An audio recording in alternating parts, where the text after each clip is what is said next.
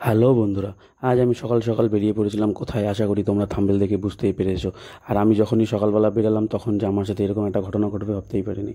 ঘটনাটা কি ঠিক তোমাদের সাথে দেখাচ্ছি। দেখো, এই যে রেলগেট, এই রেলগেটটা ছোট্টবেলার থেকে দেখে যাচ্ছি যে যখনই বাড়ির থেকে বের হই না কেন কল্যাণী ওই পারে যাওয়ার জন্য ঠিক এই রেলগেটটা পাবো।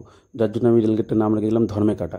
তো আমি তো রেলগেট পার করে চলে এসেছি কোথায়, এই হচ্ছে আমাদের কল্যাণীর জেএনএম হাসপাতাল। যে ঠিক 500 মিটার পার করলে হাঁটা পথে 2 মিনিট যে হাতের বাঁ হাতে পড়ে যাবে হচ্ছে ইএসআই হাসপাতাল, যেটা অনেকে কোম্পানিতে যারা কাজ করে এসআইপিএফের যেই টাকাটা কাটে, তো তাদের জন্য যেই উপভোগটা থাকে হাসপাতালে সেটা হচ্ছে ঠিক এই হাসপাতালটা। আমাদের কল্যাণীতে হাসপাতালটা খুব কাছাকাছি, আর এই হাসপাতালগুলো একদম আমার বাড়ির থেকে ঠিক 5 মিনিট 2 মিনিট এরকম পথে।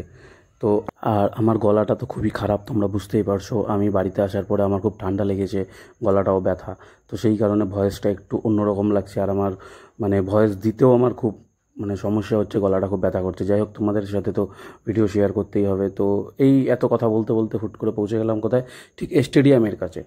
তো স্টেডিয়ামের আগে তোমাদেরকে দেখাই, ওই যে মন্দিরটা যে দেখা যাচ্ছে, ওই মন্দিরটা হচ্ছে আমাদের থানার মন্দির। আর এই যে আমার বাঁ হাতে হচ্ছে স্টেডিয়াম, কল্যাণী স্টেডিয়াম, যেখানে আজকাল কিন্তু মোহনবাগান, ইস্ট বেঙ্গল আরও বিভিন্ন ধরনের টিমের এখানে খেলা পড়ে। এই তো রিসেন্টলি পড়েছিল মোহনবাগান ইস্ট বেঙ্গলের ডার্বি ম্যাচটা এখানে। তো স্টেডিয়ামটা কিন্তু ছোটোবেলায় যখন আমরা ছোটো ছিলাম তখন থেকে কাজ চলছিল, তো আজকে তো প্রায় কমপ্লিট হয়ে গেছে, যার জন্য এখানে ডার্বি ম্যাচ পড়ে। আমার তো খুব ভালো লাগে, আমার কল্যাণী শহর একদম সাজানো গোছানো, হাতের সামনেই সব কিছু। তো এর সামনেই ঠিক পড়ে যাবে আমাদের কোর্ট, এই যে থানা দেখতে পারছো, এইটা হচ্ছে কল্যাণী থানা আমাদের। তো আরেকটু আগে গিয়ে ঠিক স্টেডিয়ামের পাশেই অপোজিটেই হচ্ছে গিয়ে আমাদের কোর্ট। আরও ভিডিও ছিল, দিতে পারছি না কারণ ভিডিওটা অনেক বড় হয়ে যাবে। তো যাই হোক, এই যে রোডটা ধরে আমি সোজা যাচ্ছি, আর একটু পরেই আইটিএম মোড়ে লাইটিং শুরু হয়ে যাবে, তোমরা দেখতেই পারবে। এই যে এই জায়গাটা থেকে সোজা গেলেই আইটিএম মোড় পড়ে। আর আইটিএম মোড় যাওয়ার জন্য সবথেকে বেস্ট হচ্ছে ঘোষপাড়া নামলে একদম কাছে হবে। তো এই দেখো আইটিএম মোড়ের লাইটিং কিন্তু শুরু হয়ে গেছে, তোমরা দেখতেই পারছো।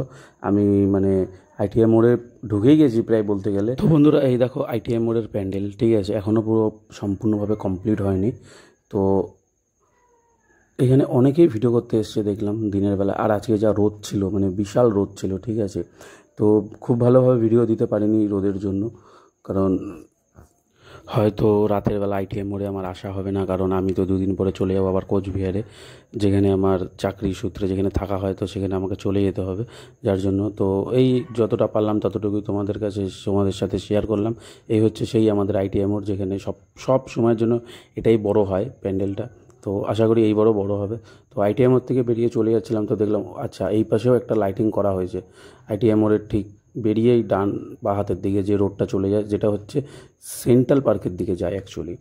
তো সেই সেন্ট্রাল পার্কের দিকে যেতে যেতে দেখলাম যে এখানেও লাইটিং হয়েছে অনেক। আমি তো স্কুটি চালাচ্ছিলাম, তো এক হাতে ফোন ছিল আর এক হাতে ভিডিও করছিলাম, তো পট করে বাম্পারটা চলে এসছে, টের পাইনি, আজকে তো পড়েই যেতাম। যাই হোক, বেঁচে গেলাম। এই যে ডান হাতে যেই প্যান্ডেলটা দেখালাম ওটাই হচ্ছে সেন্ট্রাল পার্ক। আর ওখানে বিভিন্ন ধরনের বইমেলা, উৎসব, সাংস্কৃতিক উৎসব, অনেক ধরনের আমাদের কিন্তু এখানে উৎসব পালন হয়। আর এইটা হচ্ছে সেন্ট্রাল পার্কের অপোজিটে একটা পার্ক, সবসময় যেন খোলা থাকে, কোনো রকম টিকিট নেয় না এখানে বা কোনো রকম টাকা কাটে না। তো সেই হচ্ছে একটু কল্যাণীটাকে তোমাদের হালকা করে একটু ঘুরিয়ে দেখাচ্ছি, আর কিছুই না বন্ধুরা। হাতে সময় কম বলে বন্ধুরা তোমাদের দিনের ভিউটা দিলাম, এরপরে তোমাদেরকে রাতের ভিউটাও দেবো।